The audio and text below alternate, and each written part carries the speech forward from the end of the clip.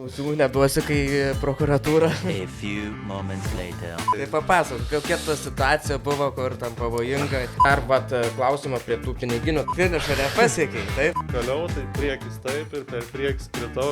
Lataką. Tai mes šalia viens kitą dėkojame. Diplomatiškai nesisuksime, reikia kažką pasakyti. Smagu matyti vėl. Laisvydas. Rimantai. Tai smagu, kad atvykote į Tauragę. Nebūkit įsitempę, klausimų neduosiu, kai prokuratūra. Tai pakalbėsim bendrai apie Dakarą, paklausim, ką veiki gyvenime. Laisvydas, žinau, kad tu nevažiuoji, gaila šiek tiek, nebus su kuo pabendrauti bivakė. Tai va, naujas debiutas bus, irgi smagu pamatyti motociklų klasiai, važiuos ne su savo komanda, bet su kita patyrusi komanda, tai manau, kad tikrai bus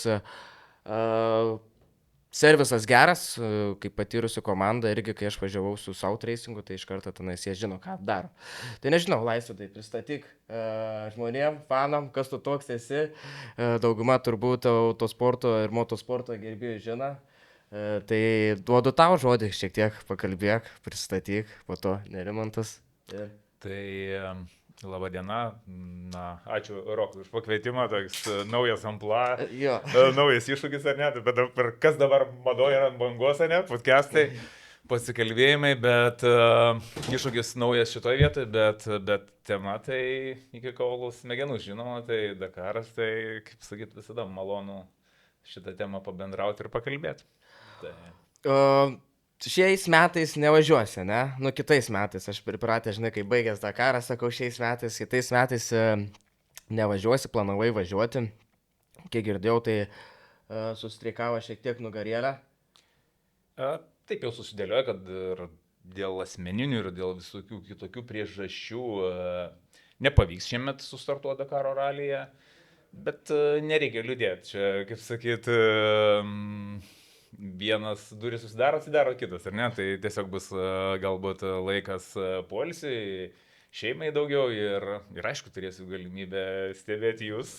Pagaliau. Prie šitrųjų ekranų ir matyti iš tos pusės visą vaizdą, turbūt net nebejoju, kad daugiau matysiu Dakarą negu paskutinius, kiek ten 4 metus mačiau, nes įprastai, kai būni Dakare, tai nesieki tų naujienų, nesieki kolegų, nesieki kitų rezultatų, tik tai susikoncentruoji į savo važiavimus ir savo darbą. Tai vat šiemet žiūrėsiu ir analizuosiu jūsų klaidas, kritikuosiu vienas prie sofos ir prie televizoriaus. Aš atsimenu, kai mes susipažinom, ar kelis kartus tu jau Dakarą važiuoji.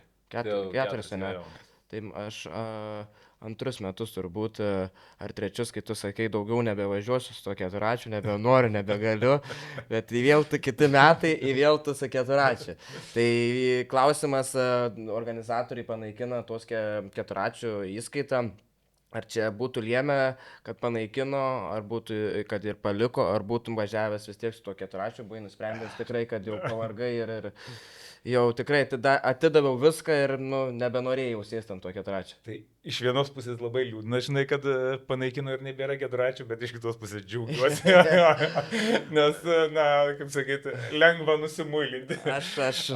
O iš tikrųjų, tai aišku, kiekvienais metais vis jau galvoju, jau paskutiniai metai, nedaug dievė, jau kitais metais tikrai nebevažiuosiu save keikį ir visai kitaip, bet kažkaip tas prasisuka Dakaras, praeina mėnesiukas ir vėl tu pradedi gyventi to Dakaro ir vėl matai kažkaip kitaip tą situaciją, vėl matai, kur gali patobulinti savo rezultatą, matai, kur padarai klaidas ir vėl sieki to Dakaro ir vėl ten važiuoji, tai žinai, įtraukia jis. Tiek te trūka tau iš tikrųjų, ten pradžia labai gera buvo, aišku, skaudi visą laiką, kaip ir man, 23 metais buvo nepaslaptis, kai Kardanas paskutinę dieną nulūžo, bet čia yra autosportas, bet vis tiek širdį, manau, vis tiek, gaila šiek tiek, nevažiuosi, toks jau yra Pafieniai man, taip, žinai, ir viską, žinai. Ne, manau, kad giliai širdį vis tiek ta Dakaro dvasia, kai tu ten išvažiuoji, tu kitoj dimensijai esi. Ir psichologiškai, ir fiziškai, aišku, po 3-4 dienų nori tenais namo, bet kažkaip prasilauži tą. Aš atsimenu, tu neidavai nei pas masažistų, aš tavęs paprašiau nueik, tenais organizatoriai duoda masažą, tu nuėjai, po to pasakai, atleido tą.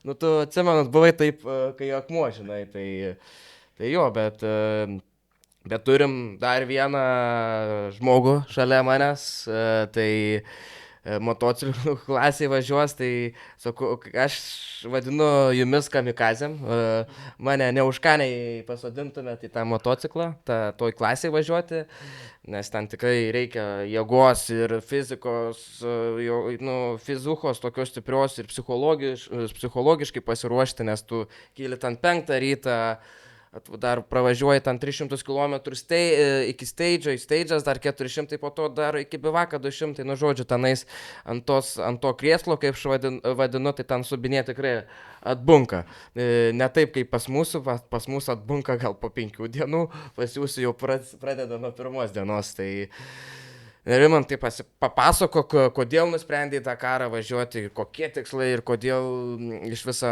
žinodavau tave, kad tu važiuodavai motokrosą ir nusprendei įsėsti, kaip sakoma, į tą aukščiausią klasę Dakare, važiuoti bendroje įskaitoje.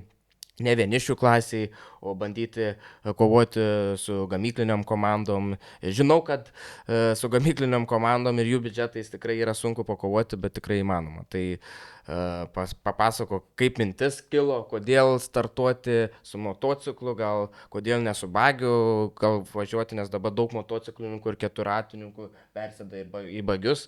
Tai leidžiu pasipasakoti, iš kur kilęs, gal daug kas žmonių nežino, aš žinau tave, tai žodis tau. Tai ką, sveiki, malonu, Rokai, kad pakvietei, toli važiuoti nereikėjo, iš Kvėdarnos, čia kiam kilų gal, tai labai smagu, kad pasikvietei, o ką, taip gavos ir pagaliau daėjau iki to, kad jau galiu važiuoti Dakare, nes daug metų, realiai jau kokius 17 metų užsiėmu motociklizmu profesionaliu, tai važinėjau motokrose 10 metų, važiavau, tada turėjau traumą, turėjau biškiuką nugarą susivaręs, 2 slankstelius, tai turėjau 9 mėnesius pertrauką. Ir jau nutariau viskas, mesiu, neapvažiuosiu, neapsportuosiu ir tada atvarė draugas motociklą. Sako, biškai patvarkyk čia, kad būtų, kad važiuotų normaliai. Nu ir ką, tą motociklą sutvarkiau, tada sako, išvažiuok, pabandyk, kaip važiuos. Na ir buvo cross country varžybos ten, kur netoli Aglonėnų. Tik į ten nuvažiavau, su to motociklu pravažiavau, žiūriu, vieną ratą apsukau, žiūriu, nieks neskauda, nieka.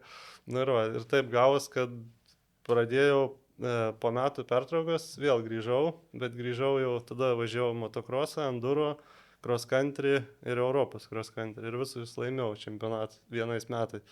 Tai ir antiek patiko tas enduro varžybos, kad važiuoju laukais, visokiais miškais, tą bekelę, nes pastoju motokrosą važiuodam vien trasoj, sukdavom ratus. Nu kaip žiedą, realiai. Jo. Tai va, tai patiko ir nutariau, vis jau turėjau mintį, kad Dakaras, ten bekelė, važiuoju vien nežinia kur ir tas gaunas. Tai pabandžiau Breslau ralį, žiūriu, sukelia knygą, viskas draugauju, neprasimetu ir va, taip gavus, kad užsiregistravau pirmą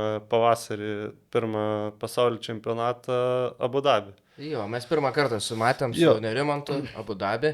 Tai va. Tai pradžia nebloga buvo, papasako, kaip ten tau sekėsi, kaip tau tos pirmos kopos, nes visi, manau, kaip pirmą kartą ir tu važiavai tas kopas ir aš važiavau, tai galvojom, ką mes čia veikiam, kaip jas tenais iš viso reikia pravažiuoti ir taip toliau.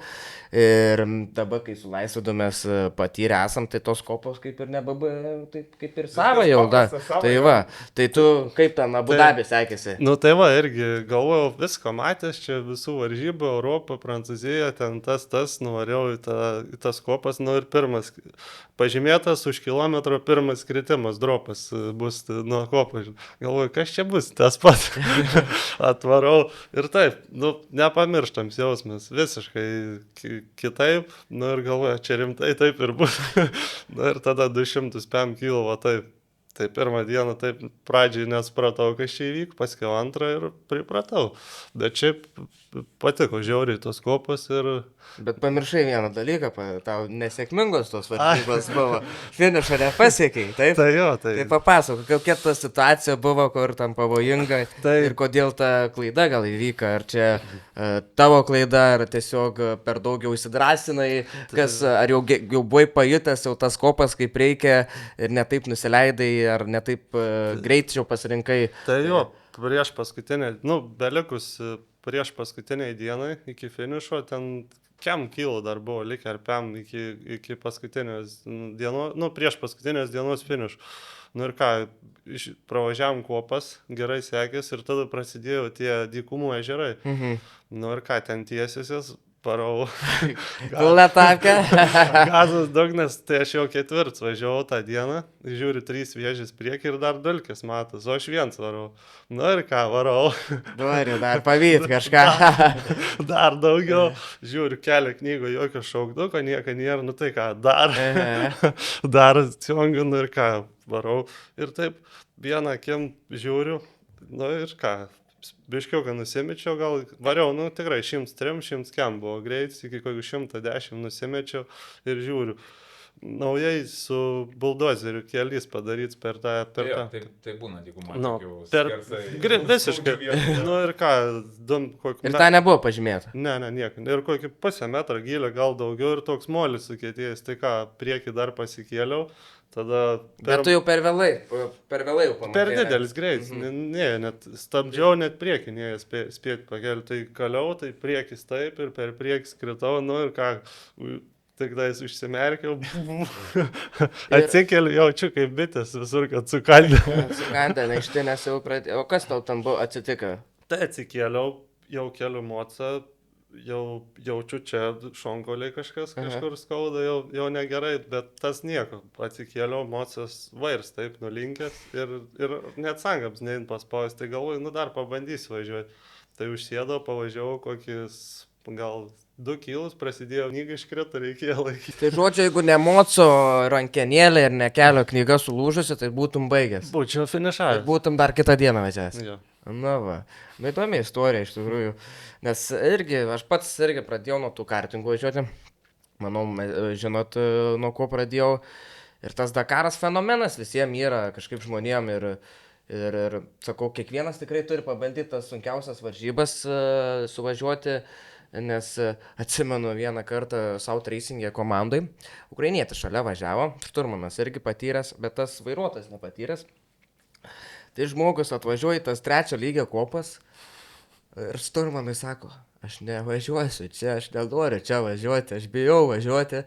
Tai tas šturmanas persėdo į vairuotojo vietą, pralėkė, tada apsikeitė, tada, žinai, tai jis žmogus baigė tą karą ir atsimenu aš jo tas ašaras, žinai, tai kad jam sako, mano gyvenimo tikslas yra jau įgyvendintas, aš baigiau sunkiausią Dakaro varžybas, nes dabar tas Dakaras pasidaręs kaip sprinto ralis, žinai, jau tenais top 20 komandų, top 20 lenktynininkų, viskas tenais nėra, palauk, žinai.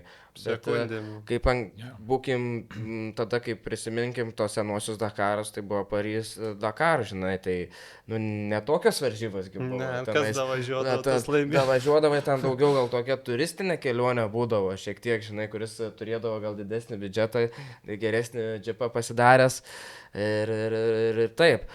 Ir prie minties, šturmano mintis, Laisvydai, tu teko tau šiek tiek pašturmanauti. Jo, tai... Papasakok, kaip ta šturmano emocija, kaip viską, žinai, kai tu ne pats vairuoji.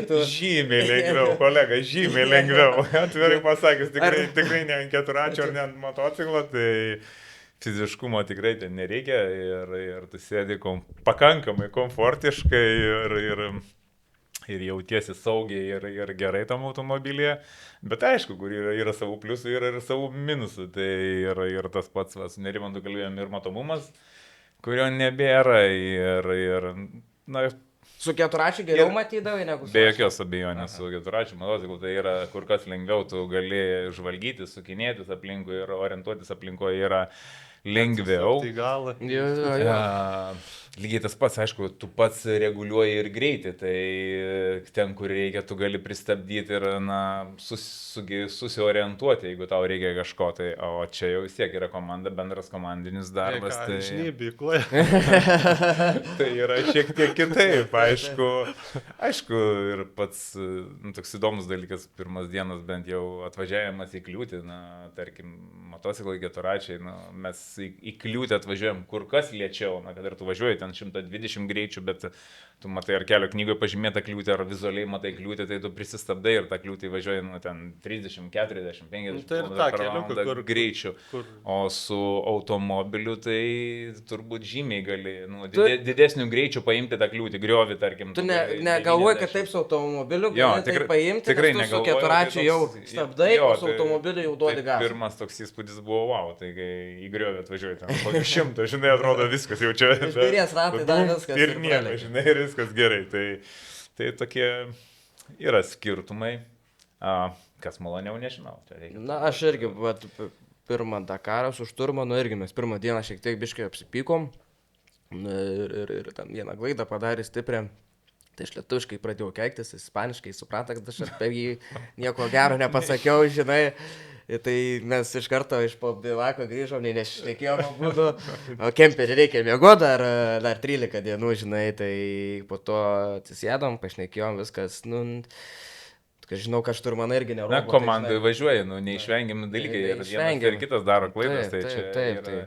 Ne vienas važiuoja, turi susitaikyti. Tai mano ispanas labai emocingas, tai mes tokie abudu vienodo, kaip sakoma, charakterio esame ir šiemet, pirmą Dakarą su juo, o antrą Dakarą gavusi, kad su kitu Orioliu, bet ramesniu. Bet kitais metais vėl su Oriol Mena važiuoju, su tuo, kaip sakau, juodo arkliu, kai jisai tenais, sakau, darbininkas. Tik, viską jisai mechanika labai supranta, toks matos žmogus, kad akyse trykšta tas noras laimėti ar būti pirmam, tai tuo labai ramus esu ir aišku, ten klaidų bus ir ten... Neišvengiamai. Dakaras yra ilgas ir neišvengiamai čia, kaip sakėte. Aišku, visi profesionalai norisi tų klaidų kuo mažiau, bet su tuo reikia susitaikyti, kaip sakėte. Dar plius atskiras dienas bus ten smoca ir mašinas. Bus labai įdomu, nes man kas yra bydna, pavyzdžiui, mes kalbėjom su Ekstrumu, žinai, su Ekstrumu labai gerai, Matijas Ekstrumui linkėjimai, jis yra švedas, rally crosso pasaulio čempionas ir Dakarą važiavęs Audi, dabar kitais metais su Fordu važiuos gamykliniai. Čia ne taip, kad tu bėgi 100 metrų, ir tu atiduoti savęs 100%. Čia yra susideda detalės, šturmanas, mechanikai, komanda, mechanikai blogai blogai įsimiegojo, neprisuko to rato, viskas gali pasibaigti išvažiuojant iš starto tenais. Tai va tas bydna ruošies, kartais nemotas priklauso, tai tikėkime, kad nei vienam iš mūsų lietuviam nebus, Laisvydas laikys kumščius už mumis. O gal jis mąstys atvažiuoti antrą pusę Dakarą palaikyti, pasijuokti, kaip mes vargstam tenais toj smėlio didelioj dėžėj. Bet Nerimantai, papasakok biškai apie Dakarą, tu vis tiek domėjai praeitų Dakarų, užpraeitų, kom tas Dakaras dabar bus įdomesnis, skirtingesnis, kiek kilometrų bus bendrai ir ko mums laukti kaip sportininkam ir ko laukti žiūrovam, koks šis Dakaras bus, ar bus sunkus lietuviam ir visiems kitiems sportininkam ir kaip tenais viskas turėtų įvykti. Tai seku visą laiką tik tais per teliką, dar pats nebandęs, bet kiek žiūrėjau, tai bus įdomus nuo starto iki finišo, nes startas bus realiai pirmos dienos tikrai sunkios, tai tas antrojo greičio ruožo prasidės chronų, Tai tas... Chrono šiek tiek papasako, 48 valandas. Įprastai tos tokios pirmos 3 dienos yra sunkiausias, nes organizmas turi persilaužti tavo nuo tokio milžiniško krūvio šoko, gauna per tas pirmas 3 dienas ir jam persiorientuoti, įstoti tą tokį žudomą ritmą yra sudėtingiausia, o dar šiemet, jeigu neklystų, Chrono per pirmas tas dienas pakliūna. Tai miego nebus pakankamai. Tai ne vien Chrono, po Chrono bus, grįžtamės į bivaką, mechanikai sutvarko, tada ar dar po kitos dienos bus maratonas dar. Tai žodžiu... Tai ne tik lenktynininkam, bet ir... visai komandai ir visai strategijai iš tikrųjų. Čia aš manau, kad čia daugelis komandų tikrai strateguos ir nemanau, kad pirmom dienom spauso, kaip tik turbūt bus tos pirmos 5 ar kiek dienos bus tokios ir savęs, ir technikos saugojimo dienos. Tai... Aš kiek girdėjau, kad pirmas 4 dienas organizatoriai nori, kad pasavažiuotų namo ir viskas. Taip. Ne, čia jokio forma, bet... Bet čia maža paslaptis visada taip pat būna. Kiekvienais metais, tokios pirmi tie greičio ruožai būna sunkus tam, kad, atsijoti šiek tiek. Šiemet galbūt tai bus daugiau. Ką mažiau tualetų valyti, mažiau maisto imti, taip toliau. Aš tai paskutinės dienos labiausiai laukiu. Bet viskas gerai, kad 48 valandas padarė, daugiau lygiau bus, aišku, akmenų bus tenais, bet ne kopose, nes tas kopose buvo irgi reikalų važiuotas 48 valandas. Tai 2 paras važiuoji, bet, labai dar vienas toks man klausimas, kodėl padarė finišą empty quarter? Kai turėtų finišas būti didmiesti ar sostiniai, kai gal nori... Bet čia gali būti gal saugumo klausimai dėl visų tų dabar verdančių ten aplink dalykų, galbūt čia tiesiog yra organizatorių, nežinau, čia toks pamastymui. Iš tikrųjų keistas sprendimas tai nukelti į empty quarterį, bet... Ir logistiškai visai... Aišku, gal pritraukia organizatorių, nes antras etapas už mėnesio Abu Dabis. O tenais, kai empty quarter finišas, Abu Dabis jau nebetoli gaunas, apie 1000 kilometrų tenais gal. Tai čia gal šiek tiek ir kad pritraukti, kad pasaulio čempionate važiuotų daugiau tų lenktynininkų. Bet aš prie esmės, prieisiu, tu, Rimantai, tapęs esi Lietuvos čempionu, ne? Po Baltijos čempionu tapęs ir... Ką dar kur tapęs? Tai 2 metus iš eilės Europos cross country čempionas, po to Lietuvos visų įmanomų bekelės disciplinų čempionas. Kiek tik yra, tiek žodžių Nerimantas ir laimėjęs. Taip, kad čia... O tu, Laisvydai, kiek girdėjęs, esi padaręs istoriją visoje LMSF federacijai. Nieko. Tapęs pasaulio čempionų FIMA organizacijai, kur čia yra tikrai didelis pasiekimas ir kas dar iš lietuvių yra važiavęs visą pasaulio čempionatą.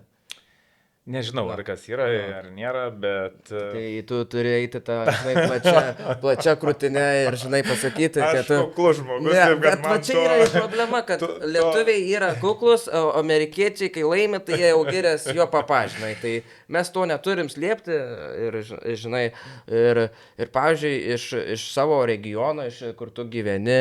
Aš šiaip, kai tu pakvietei čia ir paminėjai, apie ką daug maž kalbėsim, tai šiaip prisiminiau tiesiog, ką yra tekę nuveikti ir kur yra tekę važiuoti ir kokie rezultatai, ir galvojau, kas galėjo būti, kuo didžiuojas tikrai ir kuo džiaugiuosi, tai aš nežinau, man turbūt pats įsimintiniausias toks, aišku, pasaulio čempionatas, ten viskas susidėlioja, viskas šaunu, bet šiaip įsimintiniausias yra turbūt 23 metų Dakaras, tai ne praeitas, o užpraeitas. Tai mes šalia viens kitą dėkojame. Bet ne dėl to. Iš tikrųjų, labai smarkiai jam ruošiausi, iš tikrųjų buvau labai gerai pasiruošęs. Atsimenu, būdavo, kai buvo. Labai jau biškiai nemetu, anksa. Ir viskas labai gerai ėjosi, tai iš tikrųjų ten tik tai mažas techninis gedimas, kuris pavedė, tai tikrai galėjo būti labai geri rezultatai. Tai va tas toks man įsimintiniausias. Aišku, tas pasaulio čempionatas. Bet ir lūžis labai stiprus tau buvo psichologinis, aš taip supratau, ar ne? po to toks labai buvai jau demotivacija tokia, žinai, blemba, aš įsivaizduoju, taip stengiasi ir... Tu pats supranti, dirbi visus metus ar ne, nu, galbūt kažkaip žmonėms iš šalies sunku suprasti, žinai, bet realiai tu nesitreniruoji kiekvienais visus metus, kad dalyvautum ne kažkokiam, N varžybų. Treniruojasi visus metus, kad dalyvautum vienos varžybas. Realiai, taip yra, vienos varžybas, svarbiausia. 14 dienų. Ir viskas pastatyta ant korto, žinai, ir kai tu, kažkas nepaina, tai būkim biedni, bet teisingi, tai tos nuotaikėlės nėra. Ir aišku, atsimenu tavo motyvacijos yra daug. Aš tai bandžiau kalbėti. Nepergėjau, anksčiesi bagį, pamokinsiu, lieksi ir enjoyinsi. Tai jo.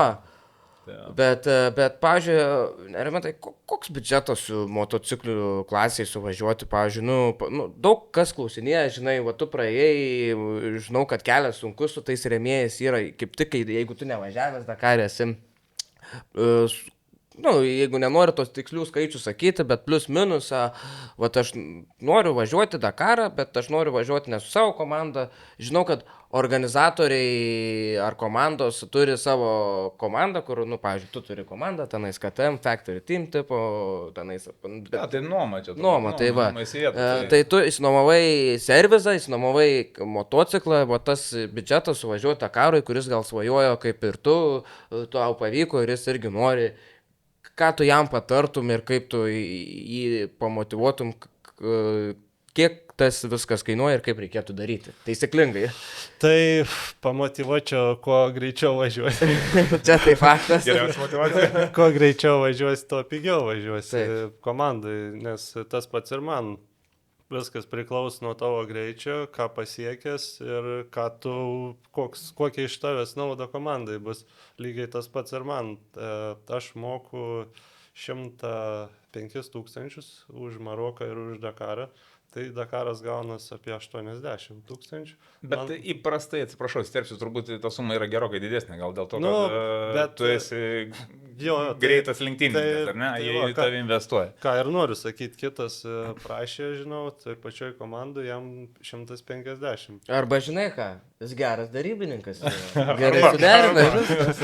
Paspaudė komandos vadovą ir viskas. Ne, yra, aišku, iš pradžio irgi ir Abu Dabį važiavom, jų nepažinojau, susipažinom, pamatė, kaip važiuoju, tada nuo įprastos kainos tu gauni jau geresnę kainą, tai galim sakyti, man 85 000 kainuoja Dakars komandai. Ir plus kiti dar kitos išlaidos, ten apie 20, tai 110, manau, įsiteks būtent Dakarui. Tai sakau, kuo greičiau važiuosi, to bus geriau. Jo, čia kaina nepalyginsi. Automobilių klasė turbūt didesnė. Automobilių klasė, tai irgi nėra čia paslaptis, tai jeigu suvažiuoti automobilių klasiai, geroj komandai, netaupant detalių, kada reikia keisti, padangas irgi netaupant, milijonas eurų su visais viešbučiais, akreditacijom, su aptarnavimu, čia gaunas milijonas eurų, tai manau, čia nėra jokia paslaptis. Bet jeigu greitis kažkaip ar... Jeigu greitis yra, tai tam biškai kitokie niuansai yra pigiau, bet ta standartinė kaina, jeigu tam nėra greičio, tai tu gali susimokėti ir 1,5 milijono, jeigu nori. Bet jeigu yra tam greitis, aišku, pigiau ir tikslas, aš šiais metais atėjau su savo partneriais, tai aš iš viso galvoju, kad neišvažiuosiu. Tai atėjo partneris Esviz, kuris negamina, yra distributorius Lietuvoje, pagrindinis pardavinėja kameras, tai likus čia 2 savaitės iki apsisprendimo, ar mes išvažiuosim, jie atėjo, norim paremti, sakau, jeigu jūs neparemėt, mes neišvažiuojam į Dakarą. Tai reikia džiaugtis, kad yra tokių žmonių. Jo, tai reikia džiaugtis ir reikia dėkoti Esvizui ir BK grupiai, tai ta prasme, kad man patinka tokie asmenybės ir įmonės vadovai, kurie, žinai, tik jaunų sportininkų, kur neinvestuoja kažkur į... Aš negaliu 100%, kad atsipirks, nes jis teisingai ir pasakė, žinai, Esvizo direktorius, vadovas, kad priklauso nuo rezultato, koks rezultatas bus, tuo ir geriau ir mums ir tau, žinai, tai vienareikšmiškai. Tai žiūrėsim, tai labai faina, kad Tauragė, širdingai dėkuoju, iš tikrųjų, čia ne jokia, kaip sakoma, reklama, bet čia iš emocijos, tai iš tikrųjų, kad aš pats į Tauragėje esu ir jūs Tauragė atvažiavo, tai tas biudžetas toks didelis yra ir yra vis tiek mano gyvenime tikslas patekti gamyklinę komandą ir tapti gamykliniu vairuotoju, kuriuos aš pasirašau 2 metam kontraktą, kur ten atlyginimas yra gal, ar ten milijonas ir ten bonusų gali gauti kaip ir kiti sportininkai, Sainsas, Naseras, Loebas, tenais kontraktai visokie, jeigu dar laimė, atsimenu, Naseras laimėjo, jisai turėjo Toyotos Gazoo Racing kontraktą, jis laimėjo Dakarą, jisai gavo 700 000. Nu tai vis tiek galėjau pragyventi kažkaip, žinai. Tai, o čia dabar, žinai, dedi, taupai, prašai tos pinigus, viskas per glušą, bum, bum, bum, ir tai nieko nelieka ir nereikia, kad liktų, žinai, nes viskas į save, žinai, investuoji ir ta prasme, aš dar iš to duonos dar nevalgau, bet tai gal paprasčiau yra ateiti pa žmonių, pabelsti duris ir padėti, tai manau, kad čia tikrai gali įvykti tas dalykas ir labai, kaip pasakoma, smagu, kad prisideda. Tai ir automobilis, mato, čia mažiukas toks yra. Nu, jis manau, kad atveš mane iki finišo ir žiūrėsim. Iš tikrųjų, konkurencija pati didžiausia bus dabar Dakare. Tarp automobilių klasių. Tarp motociklų irgi. 20 lenktynininkų skirtingų gali kiekvieną dieną laimėti steidžių. Nu, tai čia kosmosas. Tai, kaip sakoma, tai pasilinkiu savo sėkmės ir linkiu šitai neperkaisti ir pravažiuoti taip.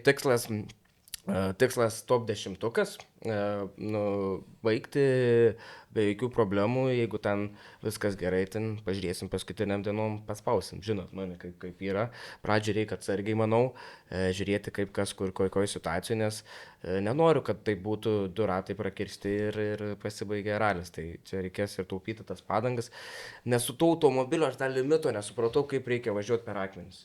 Nu, ten spaudi tą pilną taką, parini 16 skersas tenais ir tokie akmenys ir vis tiek neprasikerta tą padangą. Tai, vieną kartą prakirtau, bet jau turėjau tokį akmenį duoti, bum, tada prasikirto. Bet ta visa automobilio masė, iš techninės pusės dideli ratai, kodėl jis yra platesnis, kodėl jis vadinas tu 1+ kategorija. Tai todėl, kad padarė, kad būtų gal šiek tiek saugiau pravažiuoti kai kurias vietas, nes sveria tas automobilis virš 2,5 tonos ir, pavyzdžiui, labai testuose buvau Dubajuj, tai išsitestavau labai stipriai amortikus, reboundus, amortikus minkštus, kietus ir išsiaiškinom, kaip keičiasi, kai yra pripilta pilna kuro bakas, pilnas automobilio kuro bakas, po to, kai krenta iki 150, visiškai kitaip valdosi, tai tą balansą irgi reikia sureguliuoti. Įdomumo dėliai, kiek į baką telpa kuro? 530. Tai va, 0,5 tonos telpa bake, tai ir aš pats važiuosiu už Overdrive komandą ir bus... Tai jie ir aptarnaus? Aptarnaus mane, bus 8 automobiliai, bus toks gal chaosas šiek tiek, bet žinau, kad mūsų automobilis gero stovio, tai mes Baja Aragone važiavom su nauju automobiliu visiškai ir Marokė važiavau testus 3 dienas ir viskas. Ir Dubajų važiavau ne su savo automobiliu, su kitu, bet tokio pat principo automobiliu. Tai va, tai įdomu bus. Tai dar klausimą prie tų piniginių tada, kad tai paraleliai, kiek su 4-račiu, kai tau buvo kainavę važiuoti? Ar skiriasi pirmi metai, antri, treti? Oi, toks labai jau sudėtingas klausimas. Nes tu labai, aš atsimenu, tu labai gerai gavai po to, po 1 metų su Čeku labai gerai jau tapo. Tai iš tikrųjų tokiais. Labai geri draugai esam su Čeku Story Racing komanda Tomas, tai taip jau gyvenimas susidėlioja, kad taip įvyko, o grįžtant prie to biudžeto, toks sudėtingas klausimas, ir mes pažiūrėsim tik tai Dakarą, kiek reikia, ar paimsim visus metus tą kelią iki Dakaro ir Dakarą. Tai manau, skirtingos... paėmam tik Dakarą, pavyzdžiui. Tik Dakarą, na... Nes aš žinau, treniruotės, tai aš irgi galėčiau ten jau biudžetą didesnį sakyti, jeigu treniruotės tenais. Bet tą biudžetą Dakarą žmogus, kuris nori gal važiuoti kaip su ketračiu, nes girdėjau, kad kitais metais vėl ketračio klasė atsiras, vėl gal Laisvydą pamatysim ketračių klasiai ar taip toliau. Gandų lygis. Gandų lygis, ar ne? Dieve, kad galbūt kada nors kas nors vėl atsiras. Tai tas Dakaro biudžetas, aš atvažiavau ir aš važiuoju su ketračiu. Aš manau, minimalus jis gal apie 150 000. Minimalus. Bet kitų nori šiek tiek visko čiučiut geriau, čiučiut dar geriau, tai susideda ir daugiau.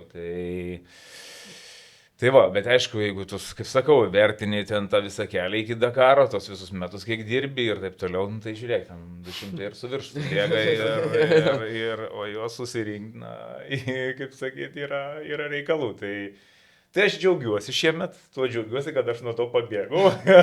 Tai reiškia, gal kitais metais matysim, nes tu reiškia šiais kitais metais taupai. Manęs neapkraukite, aš ramiai pažiūrėsiu, kaip jums seksis, pavydėsiu prie televizoriaus ir tada žiūrėsim iš tikrųjų, kas bus toliau matysim. Bet džiaugiuosi, kad šiemet nuo šitos problemos man pavyko pabėgti. Dar viena tokia aktuali tema, tokia gal viškai politinė, grįžtam klausimyną tokį, pavyzdžiui, Laisvė, tai tu tapai pasaulio čempionu, aš tapau 3 kart pasaulio čempionu, 18 Europos čempionu tapau, tu po Baltiją, Lietuvos čempionu. Klausimas toks gal tiesiai šviesiai, ar tau valstybė šiek tiek kažkiek ar davė kaip ir paskatinimą, ar dar kažką, ar tik savivaldybė davė kažkiek, kokia ta situacija su mūsų politiniais dalykais ir žodžiu, toks gal mums autosportą, motokroso, visi benzingalviai, tokie gal mūsų tokie jaučiamės nuskriausti, nes tikrai kai kurie tikrai rodo didelius rezultatus ir važiuoja aukštam lygiai. Aš nekalbu iš tikrųjų, kur kiti važiuoja žemesniam lygiai tenais, ir jie nori prilygti prie to, kur važiuoja pasaulio čempionato lygio sportininkai. Tai čia yra 2 skirtingi dalykai. Tai kokia tavo nuomonė yra ir gal tu laimėsi Dakarą, žiūrėk, gal tu pralauši ledus ir gausim kažkokių stipendijų. Nu, jo, su tuo biški kaip nusistovėjusiam taisyklėm, tai biškiuko gal liūdna yra, kad ten krepšininkai, aš, pavyzdžiui, renkuosi, turiu susirinkti ant startinio mokesčio, o krepšininkai susirenka ant atlyginimų. Tai toks biški yra, žinai, skirtumas. Nu, bet džiaugiuosi, kad tikrai rajonas prisideda, savivaldybė kiekvienais metais prisideda, šiemet irgi prieš savaitę prie Dakaro prisidėjo Šilalės savivaldybė. Tai džiaugiuosi to, o pati valstybė kaip ir nėra tokio, kad finansavimo tu galėtum gauti ar kažkaip. Gal rašyti projektą kažkokį ir įmanoma būtų, bet... Aš jau bandžiau eiti, bet man nelabai pavyko, nenuleidžiu rankų.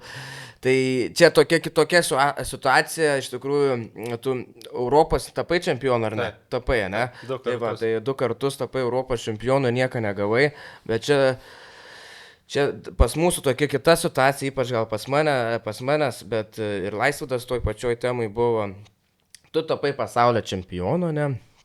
FIMA, čia iš tikrųjų, tas pats, kas FIA, aukščiausia lyga jau nėra, taip, Laisvydai? Nėra, taip? Aukščiausia lyga. Nėra. Ir tu po to laimėjimą, ką tu gavai iš to, kad tu laimėjai? Toks, vėl, klausimas, kas tau iš to, kad tu tapai pasaulio čempionu? Sau įrodė garbė, čia aišku, ne dėl pinigų mes sportuojam, žinai, bet ta minimali padėka, kažkokia ar stipendija, ar premija kažkiek, žinai, kad mes vis tiek į tą Dakarą išvažiuom kaip, karą, žinai, ir kariaunam su tais visais priešininkais pasaulio, visais elitais ir bandom tą Lietuvą garsinti. Ir kas į Dakarą atvažiuoja, kokie žiūrovai atvažiuoja, lietuviai atvažiuoja su didžiausia vėliava. Atrodo, kad ten vyktų, nežinau, geresnė olimpiada negu tikra olimpiada, nes ten, kiek atvažiuotų žmonių, lietuvių, Ir aš atsimenu, prieisiu laisvai prie tavęs, atsimenu, aš 2018 tapau Europos čempionu, tai gavau iš Dalios Grybauskaitės parašą. Tai čia jau buvo labai toks labai geras jau žestas. Tai o dabar 3 kartus pasaulio čempionu tapau. Tai vieną kartą ministras toks pasikvietė pasipotkinti, neminėsiu vardais. Ir žiūrėkit, ir neina pramušti, kur tu Fijai, aš tapau pasaulio čempionu, kur dabar į Afriką išvažiuoju, dabar išvažiuosiu ir tu įskrendu į Afriką ir tenais dalyvausiu Fijas apdovanojimuose, kur Max Verstappenas tapo Formulės 1 čempionu, VRC Rally, kur tapo čempionu, Neuville, belgas, lygtais, jie nemaišau. 24 Le Mano varžybų tenais, Duransas. Nu, žodžiu, visi tie čempionai tenais ir nu, jie gyvena geriau negu mes ir ta tokia stipendija, manau, kad mes esam nusipelnę ir kad ten 1000 eurų mums tiesiog morališkai jau yra pagarba ir toks reiškia mumis gerbė, nes mes važiuojam už Lietuvos vėliavą, mes ten Lietuvos vėliavą ant podiumo dedam ir bandom būti patriotais lietuviais ir, žinai, savo miestą garsinam, bet atsiprašant, gauni špygą taukuotą ir tiesiog darai savo darbą, jeigu neremėjai Lietuvos įmonės, kur padeda ar užsienio, tai iš visą, kažin kaip tas autosportas būtų ir viskas. Nes kaip dabar, kaip atrodytų, rodo 2 savaitės Dakar, bet nei viena lietuvė nėra. Liūdnokai jaučiu turbūt, kad nerodo 2 bet savaitės. čia dėl to ir važiuojam, kad yra entuziastingi žmonės, lietuviai palaiko būtent, o reikėjo tada, tiesiai šviesiai net tą sporto šaką pasirinko. Nes sistema bloga yra. Sistema, tą dreisį reikia pakeisti įstatymą. Taip, čia turi būti lygus. Tai visi turi lygus, tai ir, pavyzdžiui, mūsų automobilių federacija, tai iš viso iš valstybės gauna 100 000. Na jo, čia turbūt, aišku, tie politiniai dalykai. Nu, bet mes turim šiek tiek paliesti, kad žmonės suprastų. Apie juos labai ir kalbėt, žinai. Bet jie nieko mums ir gero nepadarė. Aišku, be jokios abejonės, tai aš taip plačiai prasme žiūrint, turbūt laikai keičiasi, na, kaip čia pasakyti, mes nebevaikštam dabar su Motorola telefonu, kur naudojam prieš 25 metus ar ne, turim kažkokius išmaniosius, na, keičiasi laikai, reikia keisti ir požiūrį keisti ir į sportą, čia turbūt sporto klerkas. Kas tas sportas, tai krepšinis ir futbolas? Turbūt turėtų pažiūrėti, na, plačiaja prasme, kas domina visuomenę, ko visuomenė gyvena, kokiais lūkesčiais, kas domina jaunąją kartą, kas juos motyvuoja, tai turbūt šitą prasme pažiūrėjus ir reikėtų formuoti, na, tą naują tokią, kaip čia pasakyti, sporto politiką. Dabar jinai likus užsistovėjus, žinai, mes ten dar kaip neandertaliečiai bėgiojam ir mėtom ietį į mamutus, kaip tą darėm prieš 50 metų. Viskas gerai, reikia ir to, viskas tvarkoja, bet tik tai aš noriu pasakyti, nieko nežeminant ir kad galbūt reikėtų šiek tiek viską kitaip žiūrėti ir keisti, nes keičiasi, metai bėga ir tie patys, kaip sakau, jaunoji karta turbūt nebėra jie, na, būkim bėdini, bet teisingai motyvuoti ten eiti tą stadioną ir tik tą ietį mėtyti, galbūt jie gyvena ir kažkuo kitu. Dabar jaunimas yra visiškai kitoks. To, ką mato per medijas ir taip toliau, kitokiom svajonėm, net ne tom, kur mes dabar darom, o kur kažkaip ateities, tai turbūt norėtųsi palinkėti tiems sporto klerkams pažiūrėti kitaip ir daugiau dėmesio skirti. Bet laisvė, tai dabar pertrauksiu tave. Aš pasaulio čempionas esu, tu pasaulio čempionas esi. Kas dar iš autosporto, iš FIMA, Nerimantui, tu tikiuosi tapsi dar, bet mes esam tik abudu tapę pasaulio čempionais, tu iš FIMA, aš iš FIAS organizacijas. Daugiau kas yra, niekas tapę. Tai tokie žmonės, manau, turi nusipelnyti kažkokios garbės ar stipendijos ar premijos, kad tam jaunimui pasakyti, gavus premiją, stipendiją, man yra tikslas gal irgi sportuoti, motorsportą, autosportą ir daugiau gal investuoti, nes kaip jaunimą tą motyvuoti, nes man, pavyzdžiui, mažam ir visiems, manau, berniukam ar paaugliam, patinka, jie laukia tas teisės įsilaikyti, nes ir tų mokyklų trūksta vairavimų įgūdžių ir taip toliau. Ir, žinau, kad tas sportas toks brangus, bet aš galvoju, kad ateityje tikrai jisai ir pati FIA gal kažkiek ir FIMAS pati pradės finansuoti. Žinau, kad mes už Dakarą laimėjom, nieko negaunam asmeniškai iš organizatorių, nieko. Tiesiog gaunam beduiną ir viskas. Ne, bet aš žiūrėjau, kažkur tai yra, man atrodo, automobilių sportą, ten galima laimėti 3000 eurų, man atrodo. Tai čia rūkiai lygtais, gal tie pirmi kartai, kur Dakare buvo. Tai kur man tai šiek tiek visus sportininkus gerbiu ir vienareikšmiškai, kad garsina Lietuvos vardą, bet tam užima tenais 30 vietą ir ten gauna stipendiją 3 metam 3000 ar 2000, bijau nusišnekėti, reikia pasižiūrėti, tai jeigu suklydau, pataisykit manęs kas mėnesį, o vyksta varžybas, kad kas kiek metų, kas 4 metus. Tai kiek tu laiko atiduosi treniruotėse, tiek ir turėsi. Tai pas mūsų biški kitaip, tai reikėtų tą atsižvelgti. Tai krepšinė, žinau, kad pasitaisys krepšinis, aš pats krepšinį žiūriu, Žalgirį ypač palaikau, bet po šių metų tas krepšinis tikrai buvo netoks, koks turėtų būti. Tai tikiuosi, kad metų pabaigoje Dakaras bus dar geresnis negu praeitais metais ir sakau, tiesiog kažkaip norėtųsi to dėmesio gauti ir to pačio ir iš prezidento gal šiek tiek nusipelniusių Lietuvos sportininkų, tai mes, manau, buvom ir esam nusipelnę Lietuvos sportininkai. Ir man jau užtektų, kad ir pasikviestų tiesiog morališkai būtų, žinai, čia. Mums tai, žinai, kai žemaičiam nieko mums nereikia, mes nesigodžiam čia ir tiesiog toks gal mūsų būdas, tokia dalia mūsų, bet tikiuosi, kad išgirs mumis gal kažkas ir palaikys, kažkas nepalaikys. Tai čia, turbūt, kaip sakau, tai visom tam tiek motosporto, tiek autosporto turbūt trūksta to palaikymo ir aišku, ir gal federacijos blogai dirba tada?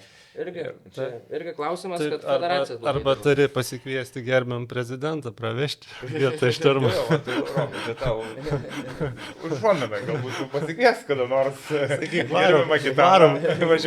varom, pralieksim. Padarytum įspūdį ir pasikeistų požiūris galbūt. O kaip prie jo prieiti, žinot, ponai gal? Na, bet žinau, kad Gimnaitė yra iš Tauragės, tai reiktų kažkaip. Pasakti reikia. Bet manau, kad prezidentas žiūri tą patį vakarą su žmona, gal tą patį Dakarą. Bet iš Dalia Grybauskaitės gavau tokį padėką su parašu, tai tikrai malonu. Labai ir tai jau malonu, žinai, nes tu, reiškia, jinai paskaitė ir žinojo, kas iš Nausėdos. Tai dar laikas yra, dar gal. Kažkaip 3 metai, gal 4 metus nepriprasim, tai pasaulio čempionais, tik tiesiog, kad žinotų, kad nesame robotai, visi mes sportininkai ir visi mes norim tos meilės sportui ir žmogiškumą ir taip toliau. Žinom tą situaciją, kokia yra pasaulyje ir ekonomikai, tai visiems sunku, bet kažkaip sportuojam, judam, manau kažkaip taip ir reiktų mums toliau gyventi taikiai. Ja. Turėtų pastebėti. Tai vat, kaip ryte einam prie pabaigos ir aš taip galvočiau, kad kokia pozicija, tikslas tavo Dakarui? Ką galvoji, Dakaras čia užbaigimui tokia, kokia pozicija tave tenkintų? Jeigu taip svajonėm galvojant, tai norėčiau 20-uką, bet jeigu realistiškai žiūrint, tai pirmas Dakaras, plus 20 GP raiderių, tai faktorių komandos ir 15 tų, kurie nori beprotiškai pakliūti į tas komandas. Tai 35 sportininkai, jau tokie, kur pilnų gazuojais, tai nežinau. Vis tiek 130, mano visą gyvenimą 30 numeris, tai jeigu 30 tokia būsiu, plus jau 3 metų toje nuose, tai būtų žiauriai gražiai. Tai nežinau, kažkaip nesureikšminu, stengsiuos važiuoti savo, mokytis ir daryti, ką Tai jeigu kažkas bus, jeigu bus jau toj pačioj trasoj tas steidžas, jeigu kažkas atsitiks, aš pririšiu tai prie stogą kažkaip ir galėsiu liekti. Tai to girdėjau, daug benzo turi, jeigu pritrūksiu, gausi paskolį. Ar kažkai toks benzas tinka, nes po to tik neužlinktų motoras. Bet prieinam prie pabaigos, turiu tokį lažybų objektą, tokį pasiūlymą.